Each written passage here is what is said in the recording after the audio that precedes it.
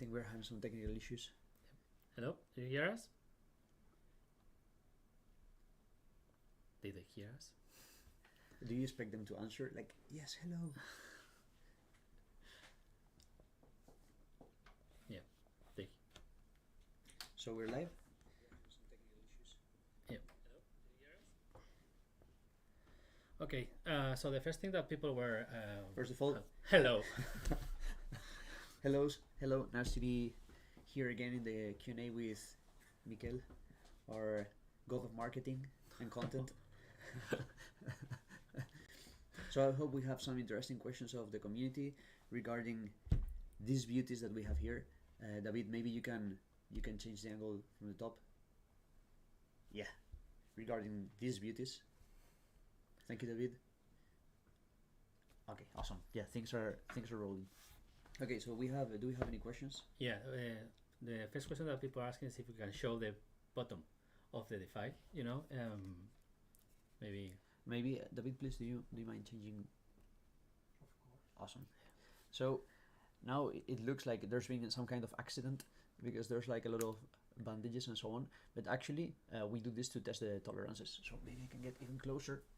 So I don't know if the focus gets it, but all these little tapes that we have here are so we can test the fitting and the tolerances, and then check the wobbling and so on. And to be honest, progress has been really good. This was one of the things that we kind of tested and worked on, but also there's been many modifications on the base that have impacted the legs. So yeah, I hope if there's follow-up questions regarding the legs on the or this side, just let us know, please. Yeah, the mic was a bit low. I have turned the knob. Yeah. Okay. Did they hear my answer? Yeah, they hear it just okay. a little bit. Okay. Just a little bit low. Sorry, some technical issues because of the beginning of the Q&A. Yeah, another question that people were asking is, will we sell these keycaps as is? Because they are liking them. Like they've seen them in a couple of updates and they like them. Actually, we were not planning, but I don't know if there's a lot of people asking for them. We can do it.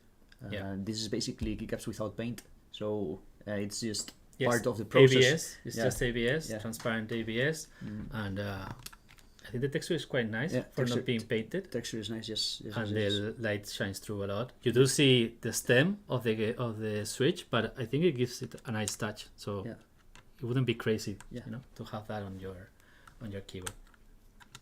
Sorry, the wrong way. The other way around. Yeah, but as I said, if there's a lot of people asking for it, for sure we can do it. So yeah. Yep. And question from Little Lotus or Light Lotus. Is any news on Bluetooth and RF range? Range. So I know that they've been testing, and the range is silly in the sense that you will basically never use the keyboard in that range. So I don't have the numbers, but it was like another room, you know. So yeah, no specific numbers yet, but it should be completely fine. Okay. More questions here. I had one before that asked something, but it went away. So because I think there was some questions, but I think one question that some people wanted to know, and something that we published recently is finally, are we going to be able to do reverse tilting and tenting at the same time? Yeah, which is something why we really make it work. Yeah, actually, here in this Protos, here they work. I can set it up. It's you have got to go. We have some legends here that you don't really get to see, but you have to go with C and C on both legs, and then the reverse tilting leg has to go. 10 challenging. Yeah, here it goes. So we have to reverse tilting positions. Yeah, so it's like this. You've popped this little leg. No, it doesn't have to be popped out. For reverse tilting, you don't need it. Okay, solid, nice. Mission accomplished. Actually, it's in frame. David, if you mind taking the shot on top. Yeah, so it's like this. And from the front, if we can show it the other way around. Yeah, so you can see it here. So yeah, we have two different angles. If I recall properly, it's like 5 and 15 or 7 and 15. So yeah, it required quite some adjustment, but it's stable. Yeah. So one thing that we're still working on is this leg here, like sorry, these legs without the reverse tilting legs. Like right now, even if you put it together, if you press really hard on this palm pad, that is something that you don't normally do when typing because the force goes to the fingers. It still flex a little bit. So we're changing the material on this leg, so it's a little bit sturdier. But even if we didn't change it, that we are gonna change. It's something that you wouldn't notice unless you put all your weight on the palm pad. So another question is, hello, how can you choose the color for the carrying case for the Defy? I already my Defy in black. Okay, so the carrying case matches the keycaps on the palm pads. We have them basically there if you want to show them. This is the new one. Okay, this is the new green one that we go with the silver. This is the that's the final design for the travel case. Yeah, so these are the two colorways. That one you can open it, yeah. Yep. And we have the pocket for the cables there with some nice baskets. It looks basically black. I don't know if there's I don't know if you can see anything, but maybe it from in the camera from the top, David. Yeah. Let's try again. Okay, yeah. Yeah. Maybe here you can see something. You can see the details. Yeah, so it has this really nice texture. It's suede. Suede. Okay, that's the correct name. Yeah, thank you, David. Yeah, so basically the colors match the palm pads, keycaps, cables, etc. So if you grab white keycaps, you will have a gray case. Yeah. And the same black keycaps, black case. Yeah. And this also applies now to the Raise. These travel cases will be gray and black for the black and gray Dygma Raise. Yep. And actually the texture inside is quite nice. It's really nice. Yeah. So any news from Dominique Hoppings? Question. Any news on the certification progress? Finger crossed, it's all going well. Okay, so the latest news is that we were trying that the certification lab were able to execute the software that we created so we can test all the firmware and so on. They had issues executing it, but I think today we were able to solve it and we're pushing forward. But it's a bumpy road, to be honest. We estimated that we will take around 3 weeks more or less to do the certification process. I think we're in week 1. We're in week 2. Now moving into finalizing 2. So tomorrow will be so one Monday will be 2 weeks. Okay, yeah. So Monday will be 2 weeks. Yeah. So right now, like from this point now that we've been able to execute the software, then we should be able to test it and it should be fine. Yeah. But again, bumpy road, difficult process. Yeah, I think this is the certification. The wireless certification is the most critical part of the development. Like all other things we've done a lot in the past. Yeah, and actually, something that it's underrated is how difficult it is to do this kind of stuff remote, because the communication, basically there's a barrier, and because we are not there, every little thing, every little problem takes longer to solve. So that's one of the things. Yeah, and there's also the time zones. Yeah, time zones, yeah, exactly. That don't help either. Yeah, but anyway, we're pushing forward, so it's just a matter of keep on pushing, and we will solve all the issues until we pass the certification.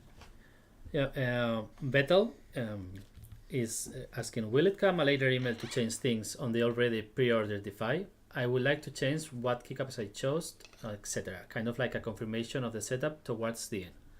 I think that would be a good idea before shipping. But if at any moment you think you want to change your setup, you don't need to wait for that email. You can fire an email to contact@dygma.com, and our customer delight agents will help you solve that issue. So you don't have to wait for the email, but I think that email is a good idea.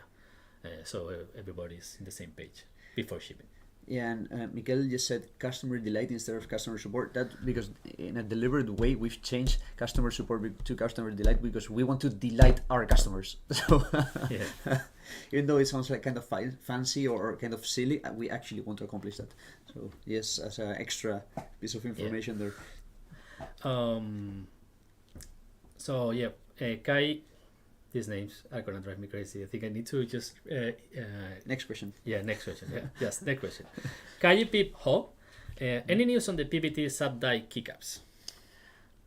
No news. We haven't progressed with that. We've had so many open fronts and kind of top priorities with, let's say, the bottom panel, the top panel, underglow, certification, etc. that we are kind of moving the keycaps a little bit lower in our priority. So it's a matter of bandwidth. That's why we haven't pushed it.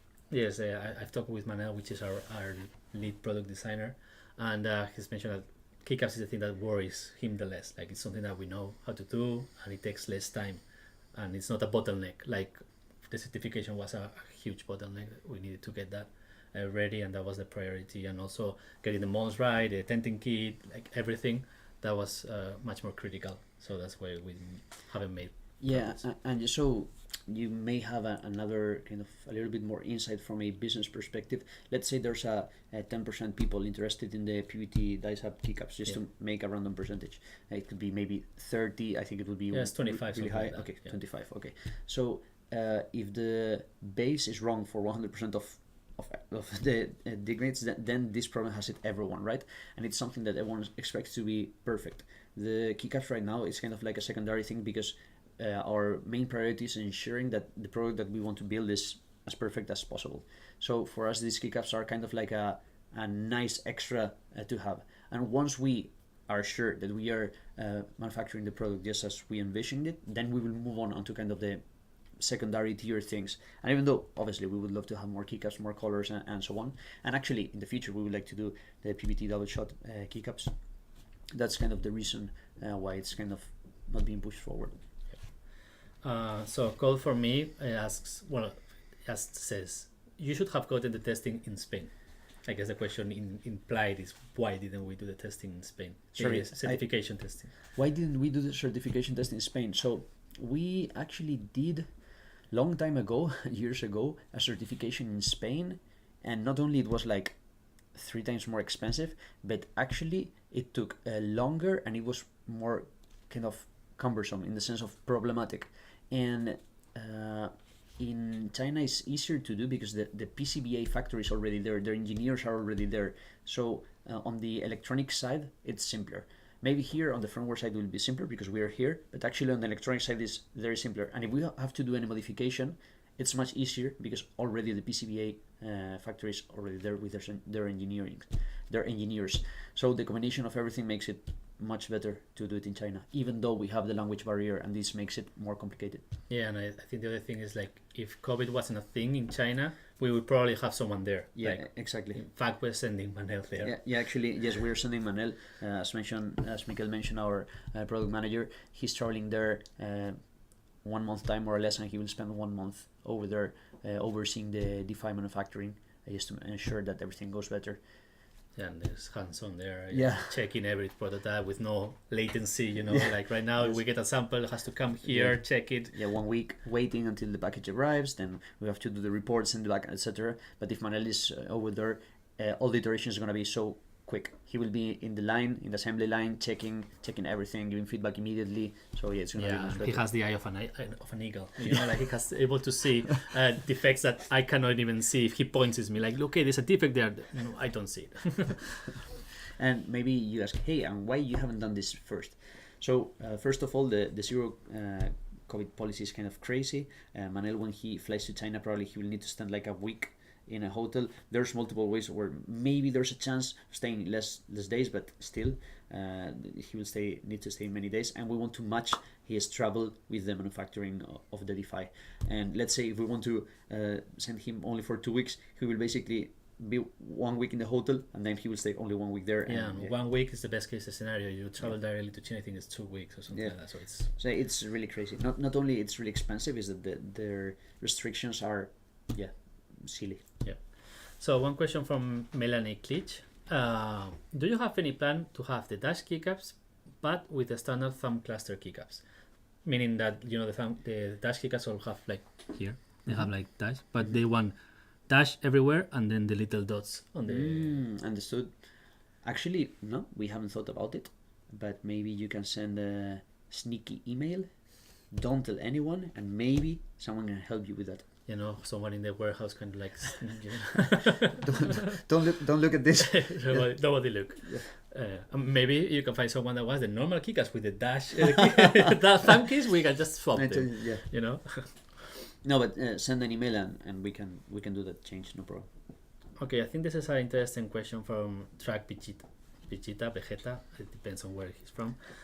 With all options, the Defy has a price close to the Kinesis 360 Pro. what is the main advantage of the Defy compared to the 360 Pro?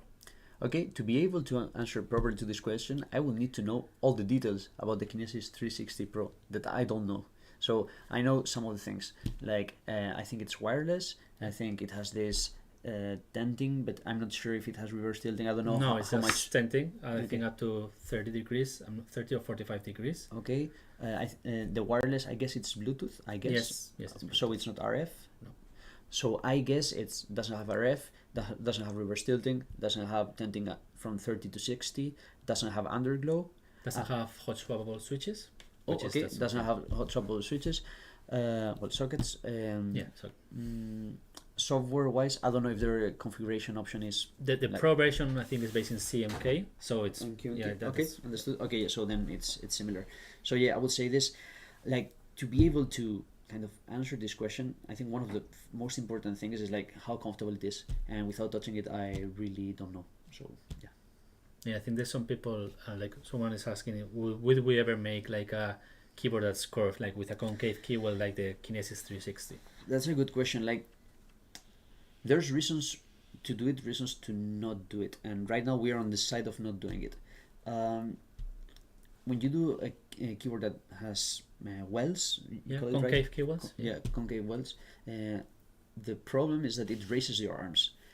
So like here we're actually getting into ergonomics of how we're sitting, what's the height of the desk, how tall are you, and so on. But basically, if in a regular desk that is basically 72 centimeters, if you're sitting properly, let's say with kind of your elbows 90 degrees, your legs 90 degrees, and so on, basically your arms should be here, okay? And if the keyboard was actually at the height of the table, it would be even better, right? So if it was a kind of deeper, but actually if you put it higher, then this changes the whole body posture of how you're sitting. So depending on how tall are you, like how thick your arms are, how you sit, and so on, from our point of view, the most likely scenario is that this is more uncomfortable than comfortable. So that's why we try to make the thinnest possible keyboard, and we are not into creating this shape.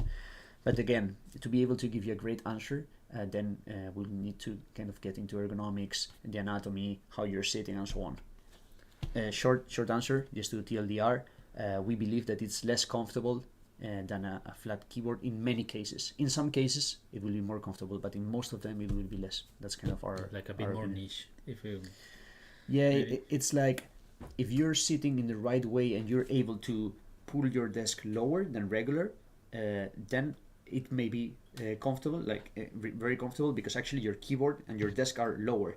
But then you are going to face a different challenge, that is that your mouse is too low. So then you will need to elevate your mouse to have the mouse at the right height for the keyboard. I think make a hole in the desk, put the keyboard. Exactly, make a hole. Actually, these old desks that had a little tray. Yeah, like a tray here. The ones that had a little tray, that would be the ideal height for this kind of keyboards. But then that tray is ideal for the keyboard. But then again, your mouse. You need another tray for the mouse. So you would probably need like a box to put your mouse. Anyway, so we think that it's not worth it.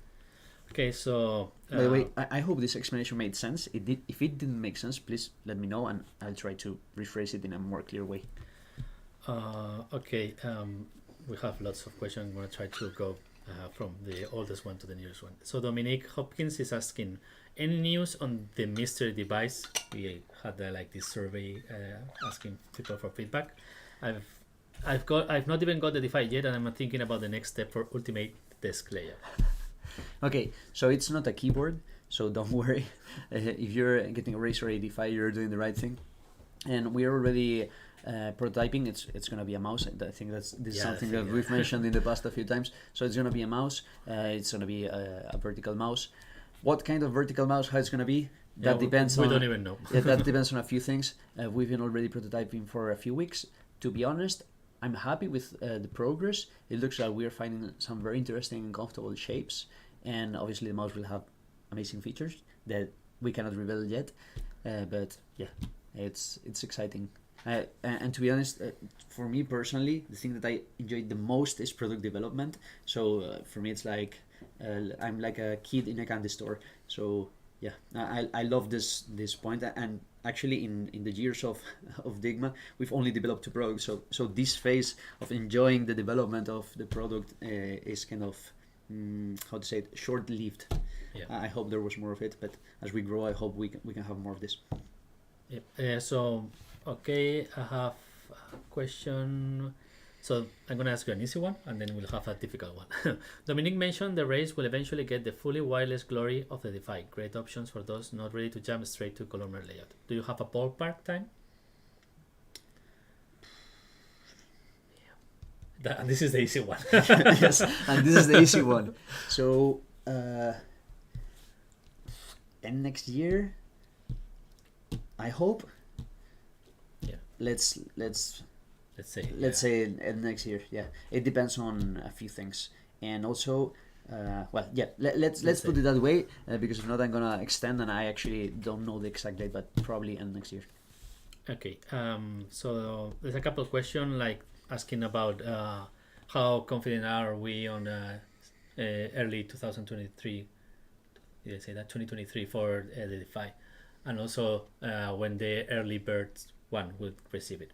Okay, so this answer depends completely on the certification, and we will be able to give you a good answer in 2 weeks. In our Kickstarter update, we shared 4 potential scenarios. Ideal scenario, nothing happens, in the sense of nothing happens, nothing needs to be changed. Awesome, we move forward. In that case, very confident that we are hitting it.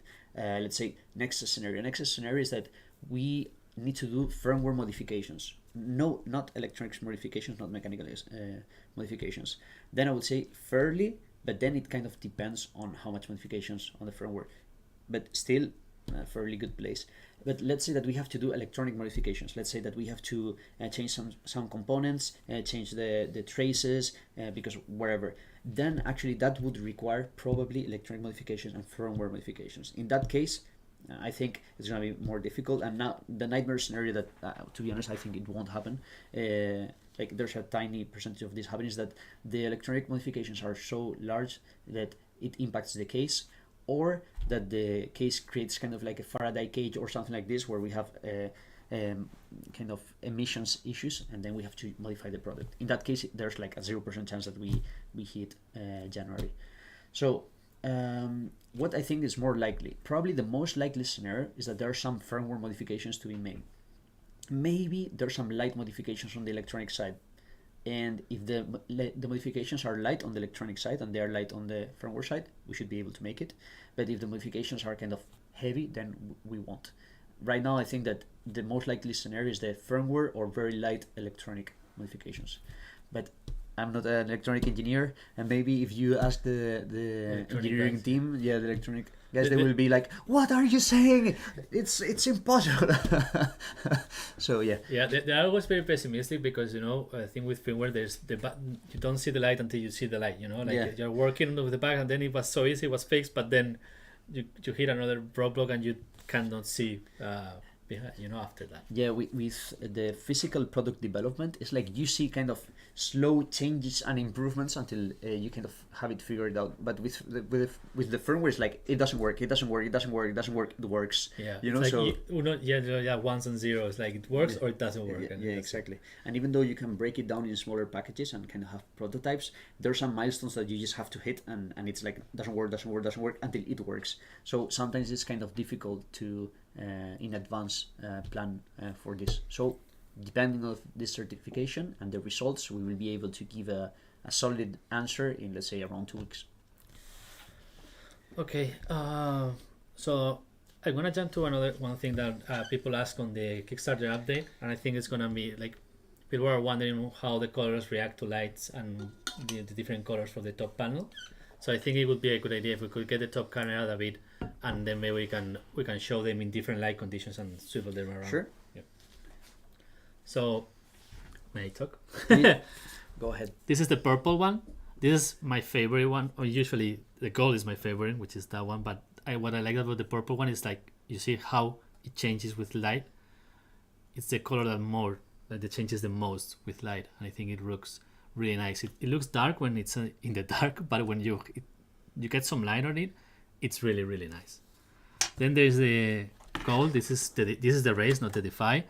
But I think for this iteration of the gold, we got one that is more Egyptian than the previous one, which was a bit more green. and I think it looks really, really, really nice too. I think this one really looks really nice even without light. Oh, yeah. Then we have Atlantis Blue, which is this one. This one is really nice. I mean, it's beautiful. They are really good. Yeah. And you see how they, it kind of goes from a darker blue to a really, kind of sky blue, something like that. Kind of electric blue, kind of. Yeah, kind of electric. Yeah, it's awesome. Yeah, I don't want to put them one on top of the other because they get scratched, and Manel would kill me, and you won't see me ever again. And then there's the red, which is. It's really nice too. Yeah, you see how it shines, and it might seem like you got it here and say, okay, it's just red, but then with the light it gets. So what I like the most about these colors is that they change so much with lighting conditions, which is very difficult for me as a content creator, because it's very difficult to show them in the true color because they have a gazillion different hues within the same color. Yeah, the anodized and the aluminum is like, it creates this texture. Texture, matices. How would you say this in English? Anyway, there's so little subtle changes on the light, and it creates all these waves, and it's awesome, to be honest. Okay.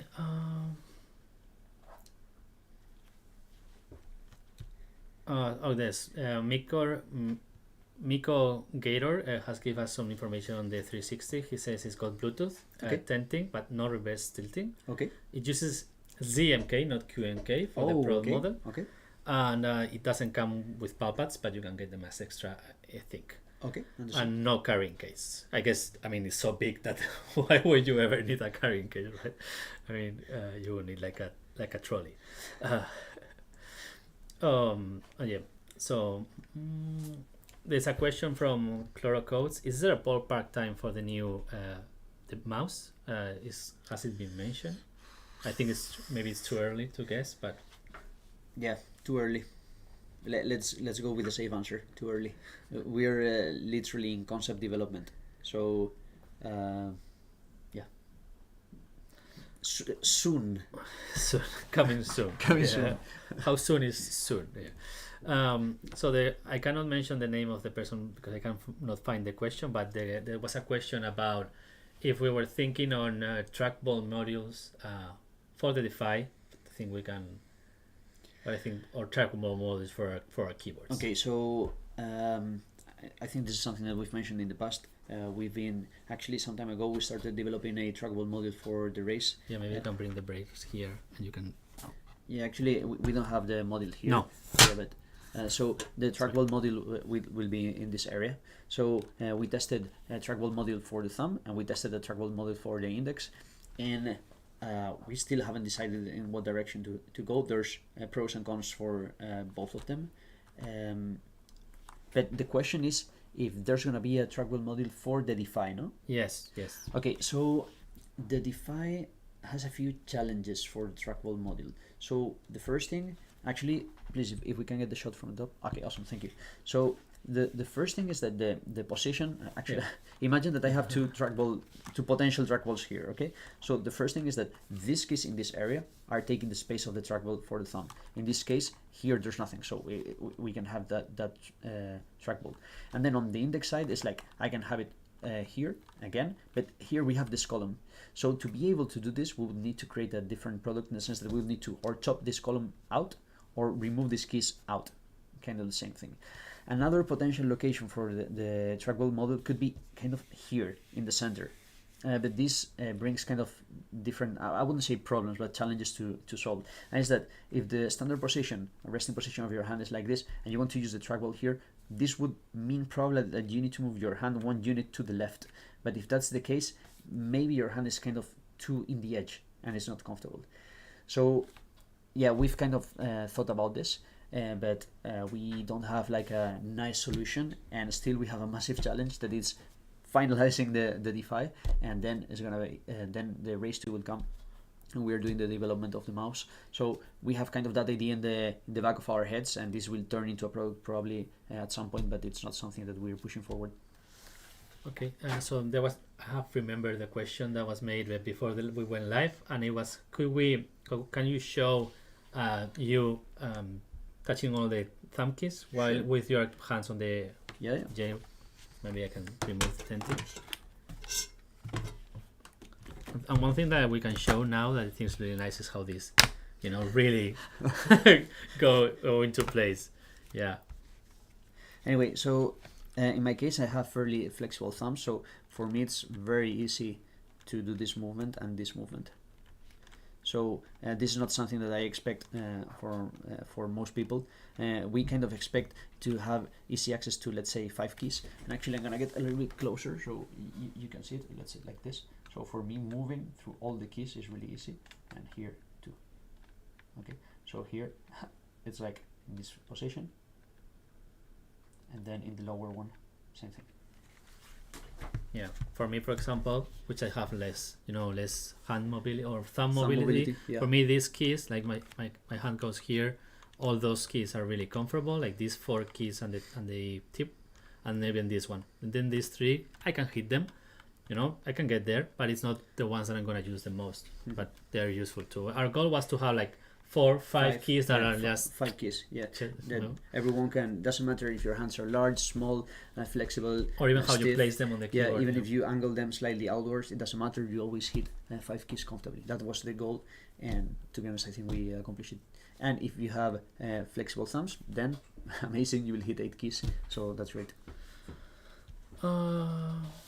Could you show us going through pressing all of them? Oh, like actually pressing them, not just. Sure, like we have a top camera. Okay. I don't know. We don't have the camera yet. It has to be on the right. It's okay. Confusing. Okay, so let's start with my right hand. So easy, easy, easy, easy, easy. Okay, same thing here. I hope you can see it. I see here on the right side the camera very, very small, so maybe it's clear, maybe it's not. Here, same thing. I hope it was clear. Okay. So Chloro Codes is asking, is there a plan to make this panel so hot swappable at some point so people can change color? Like you could do it, but you will need like heavy disassembling, and because of the batteries and the underglow PCB and so on, it's more complicated than with the Raise.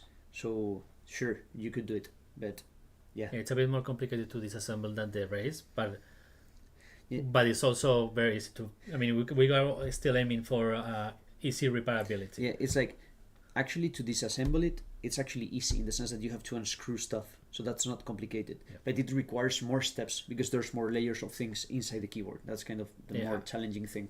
I think coming from the Raise, that is extremely easy to disassemble. Yes, we say it's more, but my people usually think of how to disassemble electronics. This is still an extremely easy to disassemble keyboard. I would say. I think you will have like around 7 screws more or less on the bottom part, and then when you remove it, then you will have I think some extra screws from the underglow and so on. You will need to unplug the cable from the main PCB to the thumb cluster. I think it's to the battery. This one doesn't have the battery. To the battery. Actually, the cable to the underglow. Yeah, and probably that's it. Then remove the PCB. Battery. I mean, you have to remove the keycaps and the switches, of course. Of course, you have to remove the keycaps. I mean, it all depends if you have like the full kit, tenting kit, or if you don't have underglow, or you don't have wireless. Yeah, if you don't have wireless nor underglow, it will be a bit easier.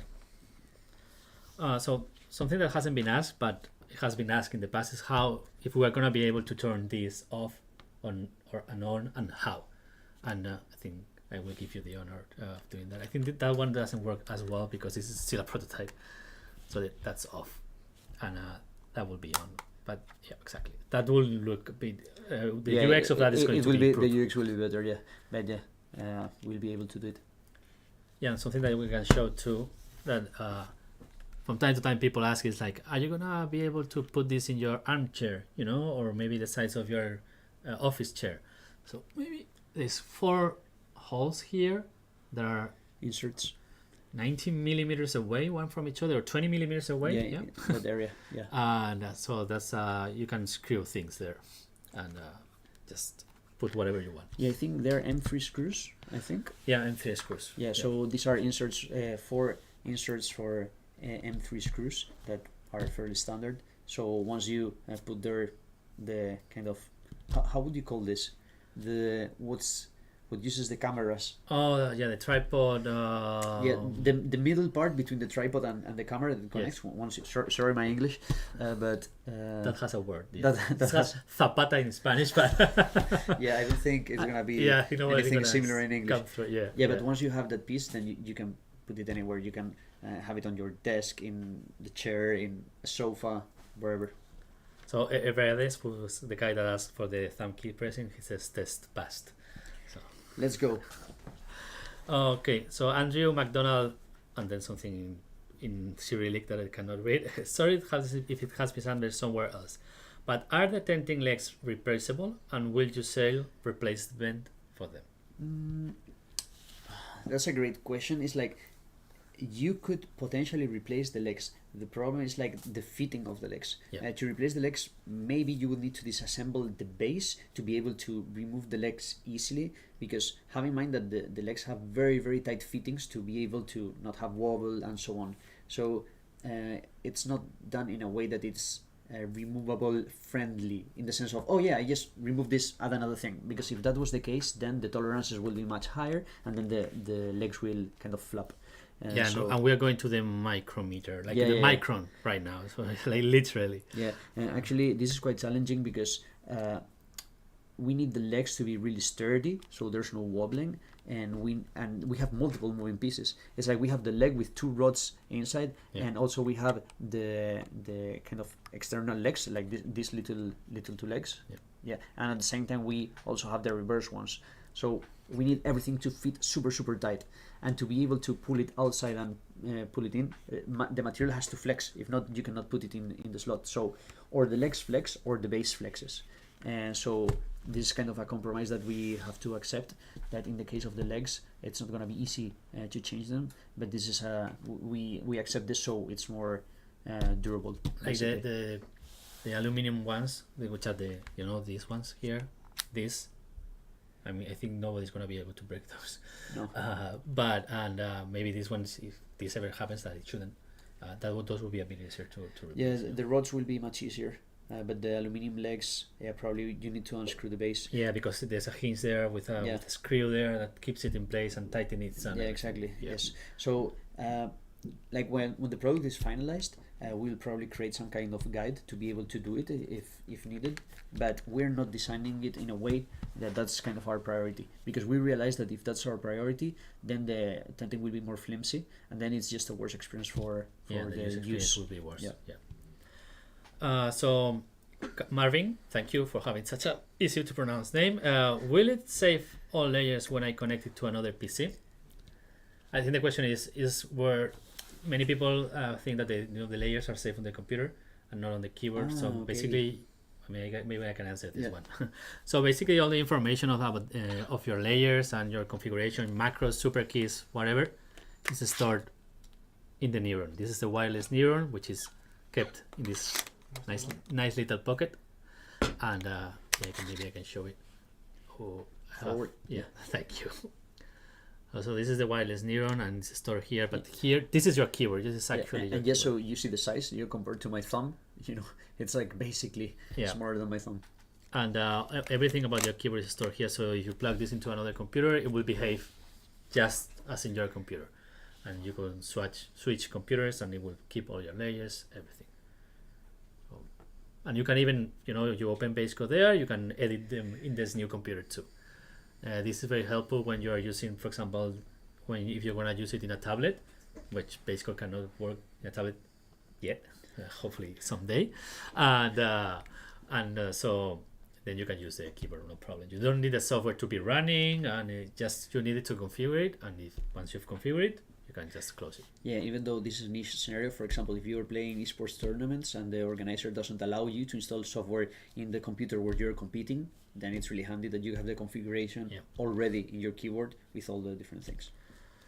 There was a very interesting question a bit before that they asked, is there any chance that we are going to think about keyboards with wood technologies, like these keyboards that use electromagnetic switches, and like with they are able to see how much you press the key and whatnot, so you can do like like a trigger, for example. Yeah, the analog or laser switches. Yeah. I think it's, to be honest, I think it's a cool technology, and for sure, I think that's part of the future, and we'll be heading that direction. It's not something that we are prioritizing, but yeah. Yeah, I think they're really good. Okay, good question from Robin Del Aguila. What are the improvements done on the Raise, and would they be available to purchase on the website to upgrade older Raise models? So I guess it's asking for the 1.4, I guess. Yes. Okay, so I think Mikel, you... Yeah, I know this. Yeah, you from he knows this perfectly. So I have some, I even brought this, so I came prepared. So one of the things that we have improved in this, let me move this around a bit, maybe. If you can bring that one, that was in the new 1.4. So one of the things that we have improved is sound dampening solution. So basically between the PCB and the keys on the top plate, now there's kind of this foam. Maybe you see it. Yeah, I think that's pretty nice.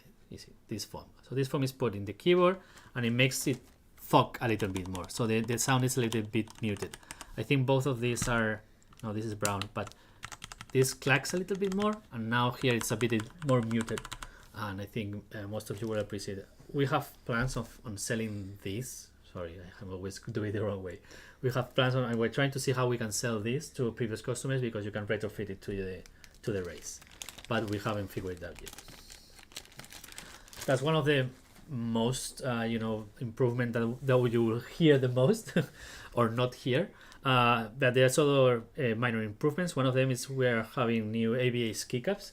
That's gonna be like, for example, these dash ones. Maybe I can show it here, and maybe we can switch the screen. Thank you, David. These new keycaps I like them a lot. They're very shiny. The light shines a lot through. Like, this is not lighted up, but it shines a lot. And we're gonna have this in Dash, and also for ANSI, ISO, and we're gonna have them in Spanish, Nordic, and German. And for French, we're gonna have them in black. No, in silver and white, but not in black. And those will be. That's what things that are new. I think the cases. There's some with the cases that we showed before, like. Yeah. We have new cases, the new silver case with the suede, I think. This one is for the Raise, so I can show it. So the new case has this new suede material, which is very soft, and really nice. It's really nice, and a nice pocket too, with the cables, and to store the cables and to store the neuron. And lastly, we have a new way of shipping the pulp pads, because one of the problems that we had is that the pulp pads came with a small sticker that kept them in place just for shipping, but many people thought that that was the actual way to keep them in place, and from after a bit they moved around. Yeah, and, so we imagine you have the palm pad, and then you have a thin plastic film that protects the bottom. It doesn't have the film. Yeah, and then underneath we have a little sticker to stick during the transport, to stick the palm pad to the keyboard. Yeah. But what happens is that we received emails in customer support of people that had issues with the stickiness of the palm pad, but then we realized that actually people didn't peel the plastic, the protective plastic, because they thought that little circle was what stuck the palm pad to the keyboard. So we actually changed the system. So now, right now, the palm pads won't be sticked. They have like a, maybe you can see it better from up. They have like a sleeve. Yeah. That you just have it here. That's not the way to keep them in place. That's just the way for traveling. So then you just peel this, and then you're good to go. You peel it, and then you put it on the keyboard. Yeah, and the instructions to do so are here and explained. So hopefully people will appreciate it. Yes. Yeah, but these are like many companies would just consider these minor improvements that don't really matter, but in our case we consider that the unboxing experience should be great, and then starting to use the keyboard should be great too. And even if we can make small improvements like this one, even though it may seem small, if it improves the user experience of a few people, it's worth it. Yeah, and a few less messages. Yeah, a few less messages in customer support. Yeah, but actually, the messages in customer support is kind of what's telling us that there's something wrong in the UX. Yes, yes, exactly. It's like the thermometer of what things we're doing right. It's like the sensor. It's telling us. Okay. Okay, Max Gagnon. How long do you expect the battery to last before it needs replacement? And how easy is it to replace the battery? Okay, first question. I actually don't know. It should be years, but I don't know exactly how many years. Replacing the battery, it's basically removing the bottom plate, that it's removing the screws, and then you already have access to the battery. So then it's really doing like this in the base and just removing it. So changing the battery, it's really easy. It's similar. It would be kind of similar when you had those smartphones that had the, the old phones that you could remove the back and just pull the battery. But the same, exactly. But with some screws. Yeah. And regarding duration, the batteries have like a combined almost 5,000 milliamps, like 400, 800. But he meant duration in years, no? In the lifespan. Yeah. Okay. You're right. Yeah, that's right. But still, maybe we can give that information. But good information to know. Yeah. It's like each battery has almost 2.4K. Look, David is gonna show us the image of how the battery is inside. So you can see it's fairly easy to. To pop. We will see now. Yeah. Now. Oh, there you go. So that's the once you pop the back, that's the inside of the Defy. You can see the RF PCB, and then you can also see the battery. It's just you just need to unplug it and unplug the new one. Yeah, that's pretty straightforward. Okay. Silly question. Does the case have some kind of fancy zippers like YKK? I don't know what the zipper means. Fancy zipper is, yeah. This is, it has a zipper. And it has the Dygma logo. Yeah, maybe you can show it on the top, David. Actually, let's see. So I'm not sure if you would consider this. Oh, it's not getting the focus. Please focus. Maybe there. I'm not sure if it's getting it, but basically it has the Dygma word embossed, and it's a plastic zipper on the edge and metallic on the part that connects with the zipper. So, or with this piece that I don't know the English word. So I would say it's a cool zipper, to be honest, but I'm not sure if I would call it fancy. It's a nice touch. Yeah, it gives a nice touch. Yeah, for sure. Okay, so question here: can the people who pre-order add some extra of those custom-sized keycaps? Because I feel like it would be really useful instead of ordering them later. I guess it means like these keycaps, like the thumb keys. Sorry, I didn't understand the question. Yeah, can they buy these separately and add them to their pre-order? So you mean you buy the keyboard and on top of that you buy extra thumb keycaps? Yes. Okay, right now no, but again, if this is something that people are asking a lot for, we can look into it. In fact, we've looked into it. Yeah, like a first try. Yeah, manufacturing wise, it's a bit shaky, but we could look into it. Yeah.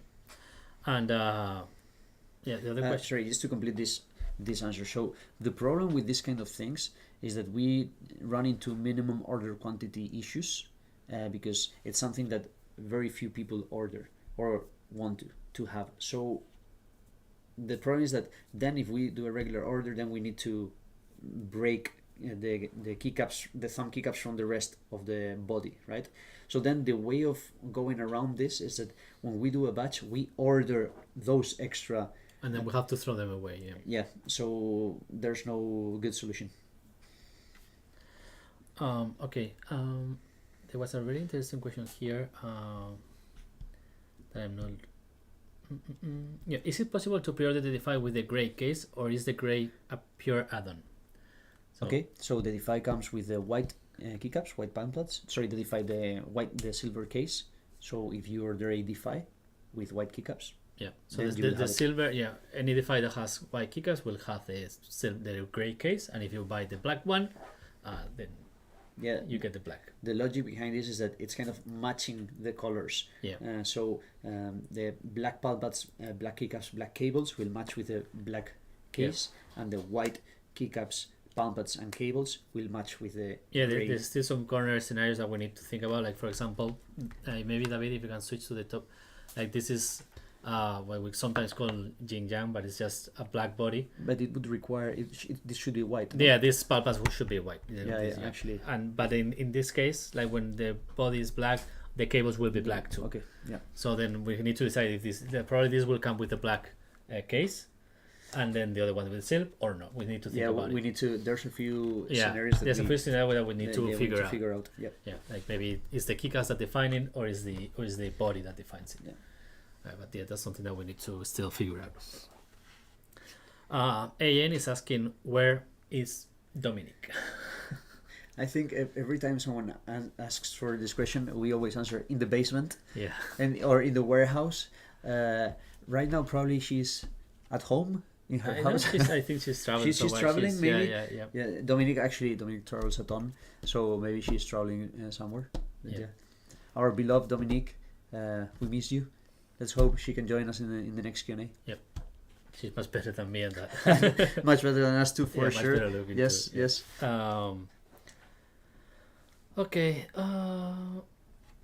They say, have you ever looked at the Razer Tartarus Pro? They have 2 keys, an 8-way thumbstick, and a scroll wheel for the thumb. Yeah, actually, when we were developing the shortcut, this was in 2016-17, so before the Raise became the Raise, and actually before Dygma became Dygma, we looked into it. There's the Tartarus, and there's the, I don't remember the name of the other one. One has an 8 joystick, and the other one has like many positions. So it felt like a good idea on concept, but on execution, on practice, on using it, it felt like really difficult to actually get used to the movements comfortably. And also something that I didn't like of the design of the device is that it kind of locked your hand in a position and you couldn't really move easily your hand up and down in the keys. So I'm not sure if that's what you're asking, but I think it's interesting, but I don't love the idea, to be honest. But there's good things. I just think that the execution needs a little bit of tweaking. But I haven't put enough time to tell you, hey, I would tweak it in this way, and I think this way it would be better. Okay, so Christian Thierry, I guess. Okay, nice French. that was impressive, Mikel. I mean, just I butcher all of them, maybe one at a time. Yeah. And now he's not French. Yeah, maybe he's not French. He's just from Spain or something. Just join. Is there a switch for swapping between RF and Bluetooth? Want to know if this will make it easy to swap between my gaming and work computers. I think I can answer that. Go for this one. So, yeah, this is the. David, maybe you can put it. Thank you. So as we said, this is the Neuron, and the Neuron has. Okay, sorry. This is very user friendly. The Neuron has 3 functions. So this will serve as wired. If you get to see that, there's some connection, USB-C connection. So you connect your cables here, and they go from the Defy to the Neuron, and from the Neuron to the computer. That will work wired. If you plug the Neuron into your computer, then it will be RF.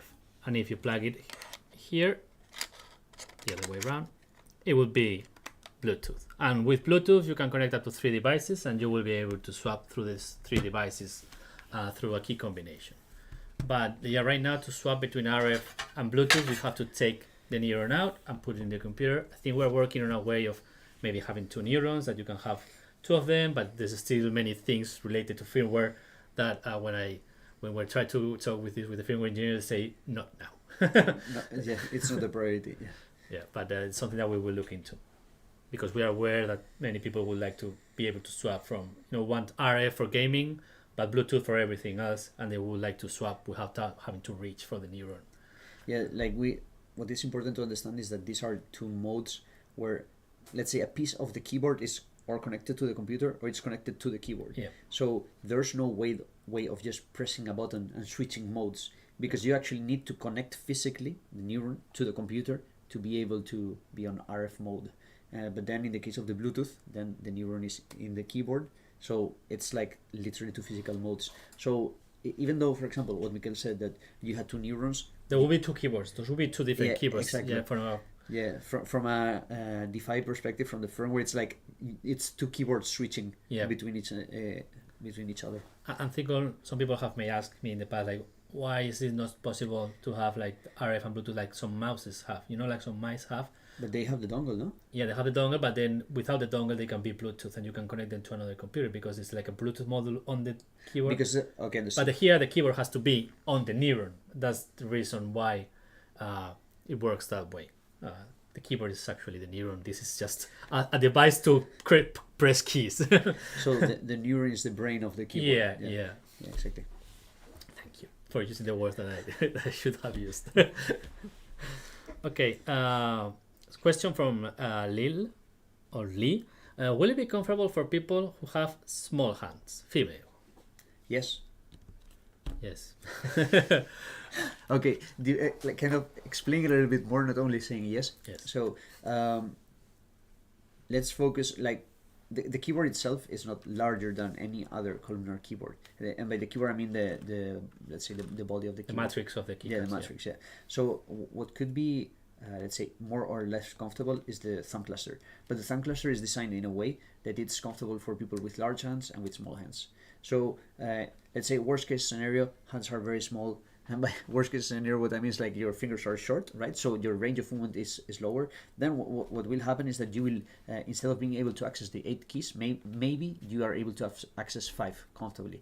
But we actually designed the Defy with that in mind, being able to that anyone, doesn't matter how large or small their hands were and how flexible their thumbs were, everyone is able to hit these 4 or 5 keys comfortably.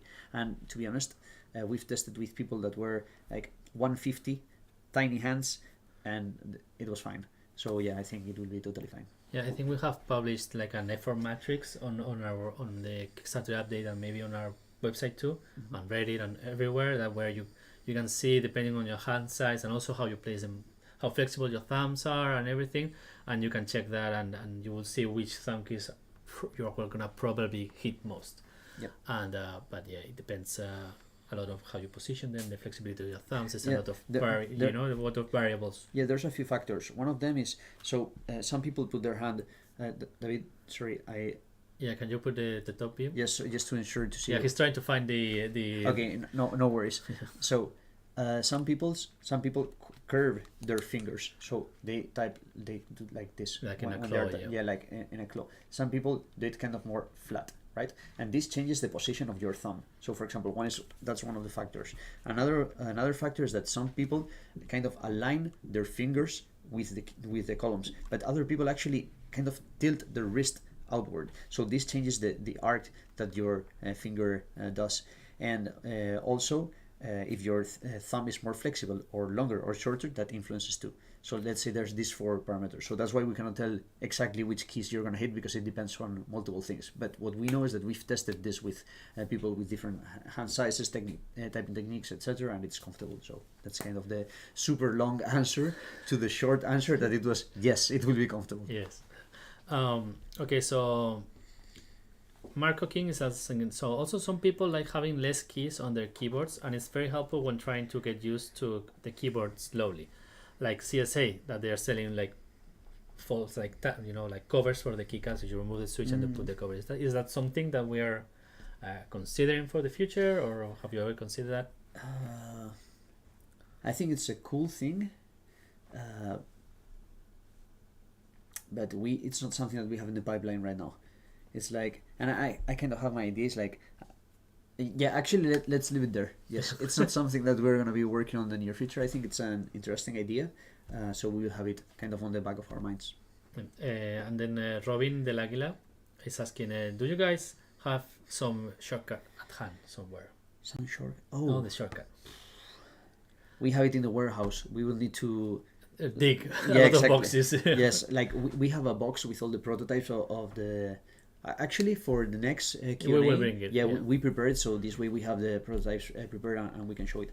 But we have a video in the Dygma channel. Yeah, there's many videos that show it. Yeah. So I think it's the ergonomic history. Which one it is? I think we mentioned it in the ergonomic journey. You can see it. Okay. And we also have one on how we in the story how we make the Defy. Why the Raise is not columnar? Yes, we have that there. There's a video that is called "Why the Raise is not columnar" or ortholinear. I'm not sure, and I think in that video we show the shortcut. But also probably if you write shortcut and Daylor, my nickname, probably you will find it, because I think we have a video that was published in my channel ages ago, and there you could see kind of like a Kickstarter-like video, but in a very cheap way. But yeah, there you will be able to see it. But yeah, for the next Q&A we prepared the prototypes box, so you can take a look. Okay, so Erades is asking Black Friday deals. I mean, you can expect some, like, but that's all what I'm allowed to say. But yeah, you can expect some deals on Black Friday. I have a question. You said that that's what you're allowed to say, but you're the marketing boss. So who's holding you back of saying what? You know, that's what my right brain is allowing my left brain to say. So okay. So I think that's a veteran. So he doesn't want to. Yeah, I don't want to tell you, but there will be some. So deals. we have some things. Okay. Yeah, for sure. And okay, there's a question from Ricardo Resendes. Have you considered selling a switch sample pack that you could be ordered in advance? Choosing your switch type is a big decision. Would be nice to try them in advance of placing your order. That's a nice idea. The problem is shipping. So shipping is quite expensive. So let's say that we're shipping just a little package of switches to US. It will cost easily $20 to ship it. So this is like, how would we do this then? It's like the customer is paying that shipping, but then let's say that it's not, so then we literally cut that from our bottom line. Yeah. So like one thing that we're considering, and something that we have considered, is like if you get the enhancement kit, which gets, you know, the keycap puller and the cleaning stuff and the switches, and that I think costs $29 if I remember correctly. If you buy that, then you will get a discount for the Raise and or the Defy, and you wouldn't get that enhancement kit when you buy. Yeah, but then this is the same problem that Luis just mentioned, is that shipping. You would pay, maybe you had to pay $10 or $20 in shipping that you would lose. But maybe you're willing. But that's something that we want. Maybe you're willing to do that. So it's something that we need to. Yeah, and regarding shipping, free shipping doesn't exist. Yeah, it's shipping paid by Dygma. Yes. Yeah, and actually the shipping is not only the shipping that we pay sending the keyboard to the customers. It's the shipping that we pay from China to Spain. Yeah, and the shipping, and you know, the assembly and everything. Yeah. And many times, even if you pay for shipping, we are taking a loss in those shipping costs. Sometimes we want to keep them low, but we're still paying. That's a good point. Actually, our shipping costs are more expensive than when people pay for the shipping costs. Yeah. And for example, when people return a keyboard, they don't pay the full shipping that we pay, because we think that the cost is so high that if not, people would be paying really high amounts. So and it wouldn't be fair. Like, you want to return it, and we want people to be confident and you know, and be calm when they buy it, you know, like, okay, I can try it out and I can return it and it won't cost me too much to return it. Yeah, because there's other keyboard companies that have a return policy that is kind of insane. If you want to return the keyboard, pay $100 or something like this, and it's like, anyway, so when something so small as the switches, even if you ship it, it's like $20, it's kind of like a problem. Yeah. Okay, so we're running out of time, but we still have some questions that I think are interesting. So is there something planned for a comeback of something like the shortcut? Not in the short term. Yes, in the long term. When? No idea. No potential estimated date, because still we have the Defy, we have the Raise 2, we mentioned the Trackball module. In the future, we have the mouse coming and more things.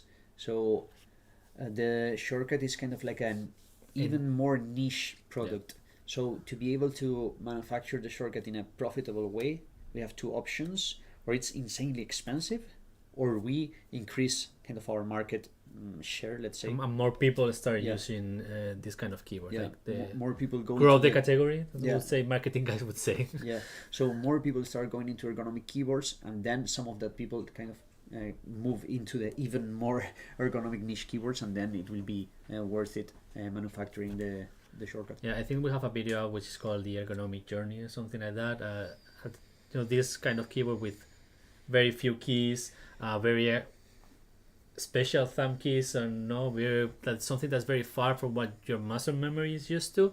Those are more even increasingly niche, so that would make more difficult to get your time back on investing on development, manufacturing, tooling, and everything. Yeah, and something to be able to create a sustainable business, we have to balance our excitement towards creating cool things like the shortcut, but actually things that people will love and buy, that will allow us to continue with the business, that will allow us to keep on developing cool products, right? Things that enough people want to buy at the price point, Yeah, it's a reasonable price point. For example, I would love to have the shortcut, absolutely love it, but it wouldn't be. I think it wouldn't be sustainable, at least how we're doing it right now. At least maybe 2 or 3 years from now, the mechanical keyboard and the ergonomic keyboard community has grown, and more people, or maybe 5-10 years from now, we don't know. We're pushing it so that time is closer to now, but maybe we don't know. I would like to say something else. Like, there's a way that we could make it, and is that if we were not so concerned about quality kind of perfection, great user experience, etc. Because let's say that we took a more, let's say, hobbyist approach, in the sense of kits, and maybe the quality is not so high, or the fitting is not so perfect. Yeah, exactly. Or let's say the price is really, really high. Then probably in that case we would be able to do it. But then the development time for that product and development time for whatever other product is basically the one or the other. We wouldn't be able to do both. And if we're pushing that route that is more kind of hobbyist, or kind of, it's kind of a way of what we are trying to create, and the brand that we are trying to build, and the quality that we want to push, and at the same time we're trying to create amazing products. Like, hobbyists already have a ton of cool things to buy, assemble, etc. But we are trying to target another make it more accessible for people that don't want to solder or anything like that, or don't want to buy things that take half a year to come. Exactly. For example, but anyway, the Defy is taking half a year to come. But anyway, the short answer is that maybe there's a way of doing it, but we believe that this is not creating the sustainable business that we want to create, and also it's not creating the quality of products that we want to create. So we need to kind of set up the scenario and then we will be able to create something similar to the shortcut. Okay, so two more questions we have. One is someone asked quite some time ago here in the chat, is like, if we are thinking, or maybe if it's possible to have a keyboard without the palm rests, not the palm pads, but the palm rests, without just. I think that could come in the future, but if that comes, the switches would probably be low profile, and this means that the keyboard is slim. It's slimmer, so then you don't need as much the palm rest area from an ergonomic standpoint. But then you have a different challenge, is that then you cannot tent that keyboard. So then from an engineer perspective or product perspective, then you need kind of a base that where you clip the keyboard in and has the tenting, so it brings different challenges. So from an ergonomic standpoint, the palm rest is so important that we don't want to remove it, so we are not at that point yet. No, but it's not something that's out of our scope. It's something that we are thinking about. It's something actually that we've had in mind for a long time. It's just we haven't found the correct solution yet. Okay, and then two more quick question regarding the add-ons. Would it be possible to add an add-on at a later date for the Defy? I think it doesn't mean extras like keycaps and stuff. So like, maybe I don't buy tenting. Can I retrofit it? By retrofitted, basically you mean is change the order, no? Change the order to no. I think something like, let's say they buy it and they get it and they have it at home. Okay. And then I say, oh, I didn't get tenting, but I really want tenting. Understood. Can I buy it? No, it's not possible. Like, that's something that we considered while we were designing the product. But if we design it so you can do that, it will affect the stability, how robust it is, etc. So we kind of took the L and accepted that was not a possibility. So if the keyboard that you order is the keyboard that you cannot add extra stuff. But if you still haven't received the keyboard, you can shoot us an email and tell us, hey, I've changed my mind, I would like to add tenting, or I would like to remove wherever, and then we can change the order and ship the keyboard. Yeah, and another thing that we just added to our shop is the Defy extras. Like, you can get another set of keycaps, and you can get palm pads, a wired neuron, and switches, whatever you want, and they are 10% off if you get it with your Defy order. If you have already pre-ordered your Defy, don't worry, send us an email to contact@dygma.com, and you can get those with that 10%. And so yeah, and I think that's it. Oh yeah, last question. Okay. Before we finish, it's Max Gagnon. Is there a way to use Bazecor and create layers and get familiar with the software before receiving a Defy? Great question. Yeah. It's not possible right now. You need a keyboard to be able to play around with the Bazecor. No, in fact, you need a neuron. Actually, yes, you need a neuron. Actually, you just need the keyboard. You need the neuron because it's the brain of the keyboard. But this is something that we want to develop for the future. That is having a configurator that anyone can access online and play around with it. Yeah. But yeah, still kind of far away from that. Yeah, it's something we'd love to have, but yeah, there's so many things that we would love to have. yeah, we And have like a huge bucket list. Yeah, we have a massive backlog of physical products, digital products. Yeah, but anyway. Okay, so I think that's it. Maybe last thing, many people are saying, please sell these keycaps. So sell the nothing, just ABS keycaps with nothing else. Okay, so let's say a poll or something where people can vote and tell us how many want it, and then we can make a decision with this. Okay, well, thanks, Mikel. Thanks for your awesome questions. Thank you for your awesome questions. Yeah, I think we're always looking here because we have the screen, but the camera is there. So thank you. Yes, we have the screen here in the side, so we are kind of turning our attention there. But yeah, thank you very much for your questions. Really interesting as always. We should do more Q&As. Yes. So for the next one, we need to have in mind that we have to bring the shortcut stuff, and I hope that for the next one is after the wireless certification. Yes. And we have great news. So yeah, let's cross our fingers. And thank you very much. See you. Bye. Bye.